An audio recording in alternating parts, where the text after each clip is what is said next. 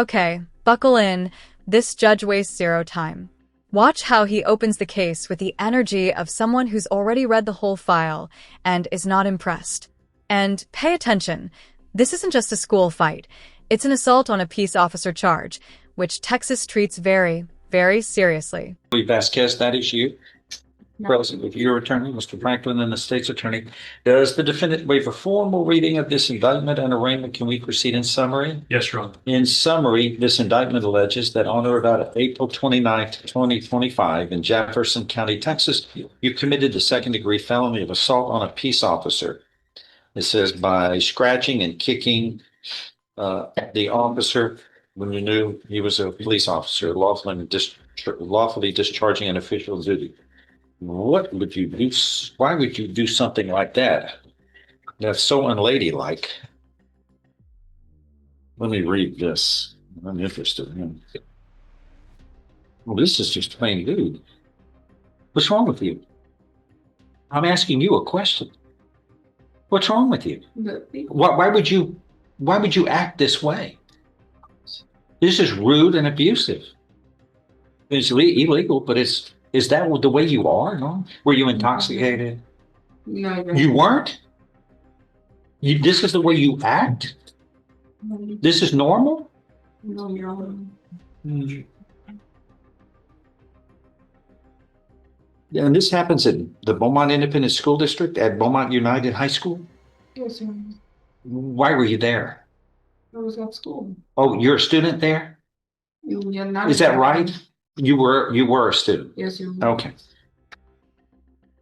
The police went in there to investigate you being disruptive, apparently, and you attempted to strike him. With an open hand, he grabbed your hand. To avoid the strike, you began to scratch his left hand. At this time, you were told you would be detained. You then struck him with your right foot. A police officer. Quick legal breakdown. Assaulting a peace officer automatically elevates even simple contact into a felony, as long as the officer is performing their lawful duty. That's why the judge reacts so strongly. The law treats these incidents as threats to public order, not just rowdy behavior. What would you do to a regular person that you had a quarrel with if you're going to do this to a police officer? Was he wearing a uniform and everything? Yes. Yes. Is that the way you normally deal with police officers? By striking them and scratching them? No.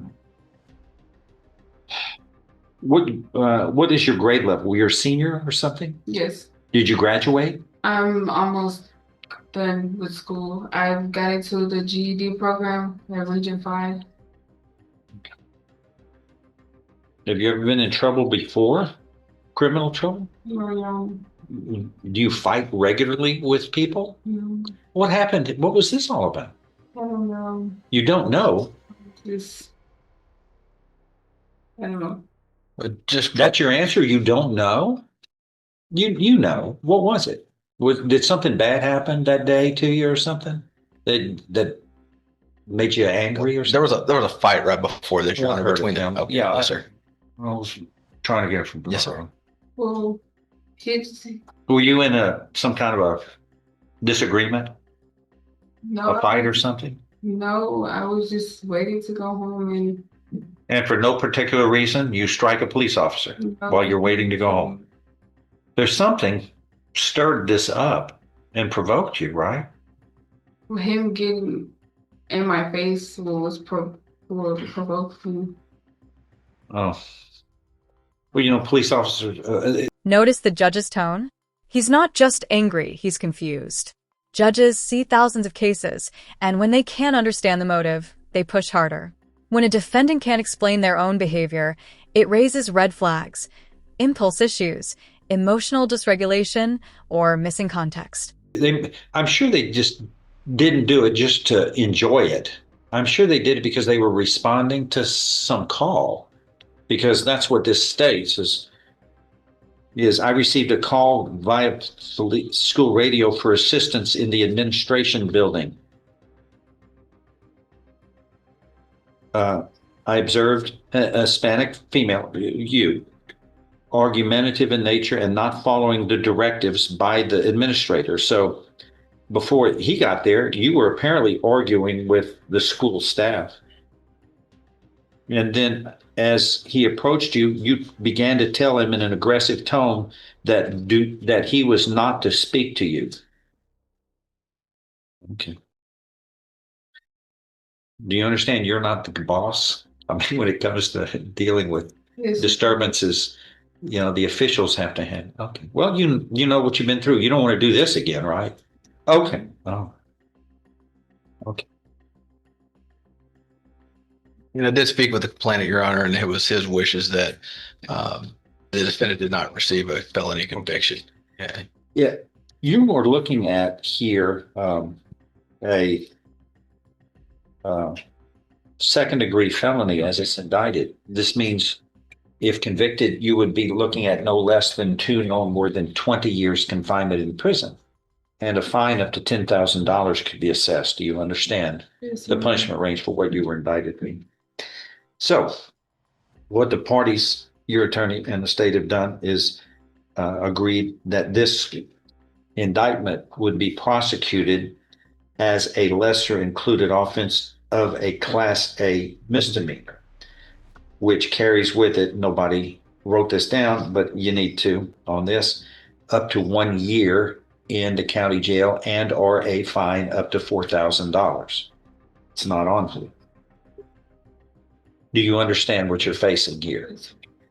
And that this Class A misdemeanor would be disposed of by placing you on deferred or unadjudicated probation so that you would not be convicted of this crime so long as you follow the terms and conditions of probation that can be up to 2 years in length. Do you understand? Yes, sir. If I follow this agreement, you have no right of appeal of your case. Do you understand that? How do you plead to the lesser included Class A misdemeanor of assault? Here comes the turning point, the punishment range. This is where most viewers don't realize how intense Texas law gets. The judge is about to lay out the difference between a second-degree felony and a misdemeanor, a gap so giant it can literally change someone's life path. Guilty or not guilty? Guilty. Are you pleading guilty voluntarily and because you are guilty? Yes, sir. All right, I'm going to show you what's marked as State's Exhibit 1. Did you sign a document, understand it, discuss it with your attorney? Are the contents all true and correct? Yes, sir. State's Exhibit 1 is tendered into evidence. Without objection. Without objection, it is. Among other things, this states you are mentally competent to enter your guilty plea. It's freely and voluntarily made. You know what you've been charged with. The indictment's been read to you or you've read it. You were guilty of the crime charged and any lesser included offenses. You are giving up your rights to a jury trial and the rights to the appearance, confrontation, cross-examination of witnesses.